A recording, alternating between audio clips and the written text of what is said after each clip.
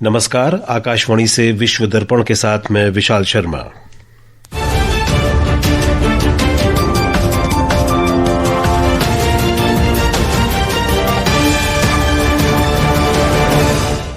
मुख्य समाचार। फिलीपींस के राष्ट्रपति फर्डिनेंड आर मार्कोस जूनियर आज भारत के 5 दिन के सरकारी दौरे पर नई दिल्ली पहुंचेंगे। यमन के दक्षिणी तट पर एक जहाज के डूबने से 68 इथियोपियाई प्रवासियों की मौत, 74 लापता। पूर्वी मैक्सिको के वेराक्रूज राज्य में टक्सपेन जेल में कैदियों के बीच घातक संघर्ष में 7 मरे, 11 घायल। और क्रिकेट में लंदन में भारत और इंग्लैंड के बीच एंडरसन तेंदुलकर ट्रॉफी का 5वां टेस्ट मैच रोमांचक दौर में पहुंचा। अब समाचार विस्तार से। फिलीपींस के राष्ट्रपति फर्डिनेंड आर मार्कोस जूनियर आज दोपहर बाद भारत की 5 दिन के सरकारी यात्रा पर नई दिल्ली पहुंचेंगे। उनके साथ उनकी पत्नी लुई अर्नेटा मार्कोस और एक उच्च स्तरीय प्रतिनिधिमंडल भी होगा, जिसमें कई कैबिनेट मंत्री, वरिष्ठ अधिकारी और व्यापार प्रतिनिधि शामिल हैं। राष्ट्रपति का पद संभालने के बाद श्री मार्कोस की ये पहली भारत यात्रा होगी। इस दौरान श्री मार्कोस प्रधानमंत्री नरेंद्र मोदी के साथ द्विपक्षीय वार्ता करेंगे। वे राष्ट्रपति द्रौपदी मुर्मू से भी मुलाकात करेंगे। विदेश मंत्री डॉक्टर एस जयशंकर का भी श्री मार्कोस से भेंट करने का कार्यक्रम है। राष्ट्रपति मार्कोस फिलीपींस लौटने से पहले बेंगलुरु भी जाएंगे। ब्यौरा हमारे संवाददाता से।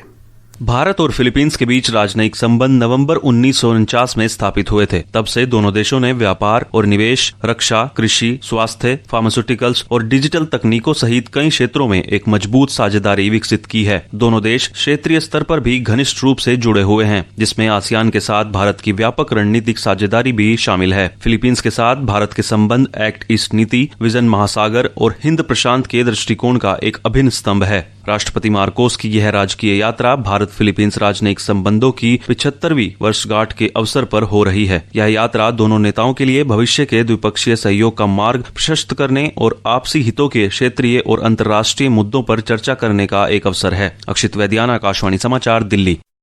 इस बीच फिलीपींस के राष्ट्रपति फर्डिनेंड आर मार्कोस जूनियर ने भारत की यात्रा पर रवाना होने से पहले भारत को एक मूल्यवान मित्र बताया है।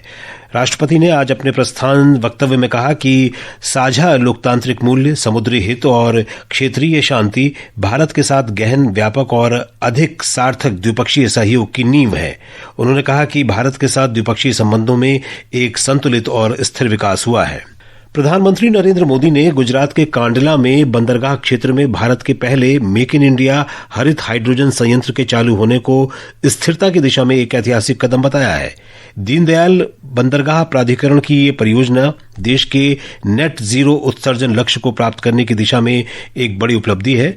एक सोशल मीडिया पोस्ट में श्री मोदी ने कहा कि ये एक सराहनीय प्रयास है और हमारे नेट जीरो दृष्टिकोण को बल प्रदान करता है। ब्यौरा हमारी संवाददाता से।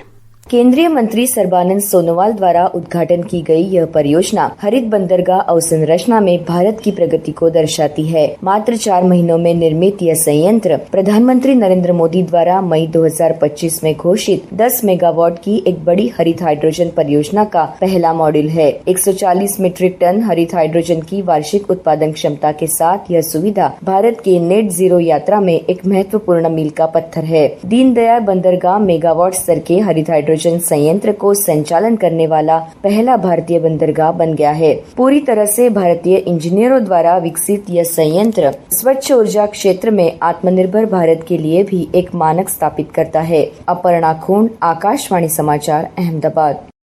पहला बिम्स्टेक पारंपरिक संगीत समारोह आज शाम नई दिल्ली के भारत मंडपम में आयोजित किया जाएगा। विदेश मंत्री डॉक्टर एस जयशंकर इस कार्यक्रम का उद्घाटन करेंगे।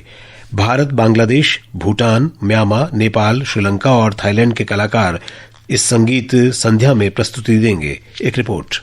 भारतीय सांस्कृतिक संबंध परिषद ICCR द्वारा आयोजित सप्तसुर 7 राष्ट्र एक राग नामक इस समारोह में 7 बिम्स्टेक देशों की विशिष्ट संगीत परंपराओं का प्रदर्शन किया जाएगा। यह समारोह बिम्स्टेक सहयोग में एक महत्वपूर्ण सांस्कृतिक मील का पत्थर है। इस सांस्कृतिक पहल की शुरुआत इस वर्ष अप्रैल में थाईलैंड में आयोजित बिम्स्टेक सम्मेलन में प्रधानमंत्री नरेंद्र मोदी के भारत में पहले बिम्स्टेक पारंपरिक संगीत समारोह की मेजबानी की पुष्टि से हुई। सांस्कृतिक कार्यक्रम की इस असाधारण संध्या का आनंद लेने के लिए सभी क्षेत्रों के दर्शक निशुल्क शामिल हो सकते हैं। सीटें पहले आओ पहले पाओ के आधार पर उपलब्ध है तथा मेहमानों से अनुरोध किया गया है कि शाम 6 बजे तक अपनी सीट पर पहुंच जाएं। समाचार कक्ष से आनंद पाठक। भारत का स्मार्टफोन निर्यात वित्तीय वर्ष 2025-26 की पहली तिमाही में रिकॉर्ड ऊंचाई पर पहुंच गया है। ये पिछले वर्ष की इसी अवधि की तुलना में 58% बढ़कर 7 अरब 72 करोड़ डॉलर हो गया। प्राप्त आंकड़ों के अनुसार इस बढ़त में सर्वाधिक योगदान एप्पल का रहा है, जिसने अपने अनुबंधित निर्माताओं के माध्यम से 6 अरब डॉलर मूल्य के आईफोन निर्यात किए। ये पिछले वर्ष की तुलना में 82% अधिक है। ये आकाशवाणी है और आप सुन रहे हैं विश्व दर्पण। यमन के दक्षिणी तट पर एक नाव के डूबने से कम 68 इथियोपियाई प्रवासियों की मौत हो गई है और 74 लापता हैं। संयुक्त राष्ट्र के अंतर्राष्ट्रीय प्रवासन संगठन IOM के अनुसार 154 लोगों को ले जा रही ये नाव अबयान प्रांत के पास पलट गई, जहां से शव बहकर तट पर आ गए। घटना में केवल 12 लोग ही बच पाए हैं। इस तरह की घटनाएं खाड़ी क्षेत्र में बेहतर अवसरों की तलाश में प्रवासियों द्वारा की जाने वाली जोखिम भरी यात्राओं को बतलाती है। मैक्सिको के पूर्वी प्रांत वेराक्रूज की टक्सपेन जेल में हुए झड़प में 7 कैदियों की मौत हो गई और 11 अन्य घायल हो गए। अधिकारियों ने इसकी पुष्टि करते हुए बताया कि यह झड़प कथित तौर पर तब हुई जब कैदियों के एक आपराधिक समूह के सदस्यों द्वारा जबरन वसूली और दुर्व्यवहार का विरोध किया गया। क्षमता से ज्यादा 778 कैदियों वाली इस जेल में व्यापक व्यवस्थागत समस्याएं हैं। मैक्सिको के मानवाधिकार आयोग की 2012 की रिपोर्ट में खुलासा किया गया है कि मैक्सिको की 60% जेलें गिरोहों या ड्रग कार्टेल के नियंत्रण में हैं।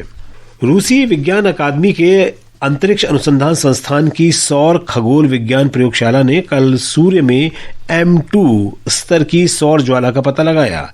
वैज्ञानिकों का कहना है कि इस ज्वाला का स्थान सूर्य पृथ्वी रेखा पर होने के बावजूद वर्तमान में पृथ्वी पर सौर पदार्थ के प्रभाव के कोई संकेत नहीं है।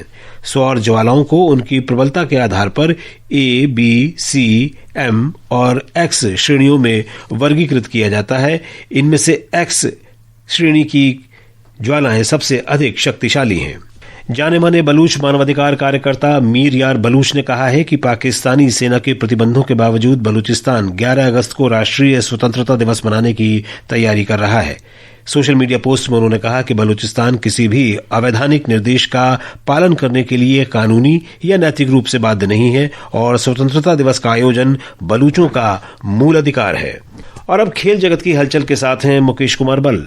क्रिकेट में ओवल में खेला जा रहा एंडरसन तेंदुलकर ट्रॉफी का 5वां और अंतिम टेस्ट मैच रोमांचक दौर में पहुंच गया है। मैच के 5वें दिन आज मेजबान इंग्लैंड अपनी दूसरी पारी में 6 विकेट पर 339 रन से आगे खेलेगा। इंग्लैंड को जीत के लिए सिर्फ 35 रन और चाहिए, जबकि भारत को जीत दर्ज करके सीरीज बराबर करने के लिए बाकी बचे 4 विकेट लेने होंगे। इससे पहले 374 रन के लक्ष्य का पीछा करते हुए इंग्लैंड की अगुवाई हैरी ब्रुक और जो रूट के शानदार शतकों ने की। हालांकि भारत ने कल के दिन अंत में बेहतर गेंदबाजी करते हुए शानदार वापसी की। भारतीय टीम ने सिर्फ 36 रन देकर तेजी से 3 विकेट चटकाए, जिससे मैच में वापसी की उम्मीदें फिर से जग गई हैं। भारत ने अपनी दूसरी पारी में यशस्वी जायसवाल के शानदार 118 रन और आकाशदीप, रविंद्र जडेजा तथा वॉशिंगटन सुंदर के महत्वपूर्ण अर्धशतकों की बदौलत 396 रनों का प्रभावशाली स्कोर खड़ा किया। भारत फिलहाल 5 मैचों की श्रृंखला में 1-2 से पीछे है। इसके अलावा भारतीय एथलीट और पूर्व एशियाई चैंपियन अब्दुल्ला अबू बकर ने कल रात कजाकिस्तान के अलमाटी में कोसानोव मेमोरियल 2025 एथलेटिक्स मीट में पुरुषों की ट्रिपल जंप का खिताब जीत लिया है। अबू बकर ने 16.08 मीटर की छलांग लगाकर ये जीत हासिल की। और अब अंत में मुख्य समाचार एक बार फिर। फिलीपींस के राष्ट्रपति फर्डिनेंड आर मार्कोस जूनियर आज भारत के 5 दिन के सरकारी दौरे पर नई दिल्ली पहुंचेंगे। यमन के दक्षिणी तट पर एक जहाज के डूबने से 68 इथियोपियाई प्रवासियों की मौत, 74 लापता। पूर्वी मैक्सिको के वेराक्रूज राज्य में टक्सपेन जेल में कैदियों के बीच घातक संघर्ष में 7 मरे, 11 घायल। और क्रिकेट में लंदन में भारत और इंग्लैंड के बीच एंडरसन तेंदुलकर ट्रॉफी का 5वां टेस्ट मैच रोमांचक दौर में पहुंचा। इसके साथ ही विश्व दर्पण का ये अंक समाप्त हुआ। नमस्कार।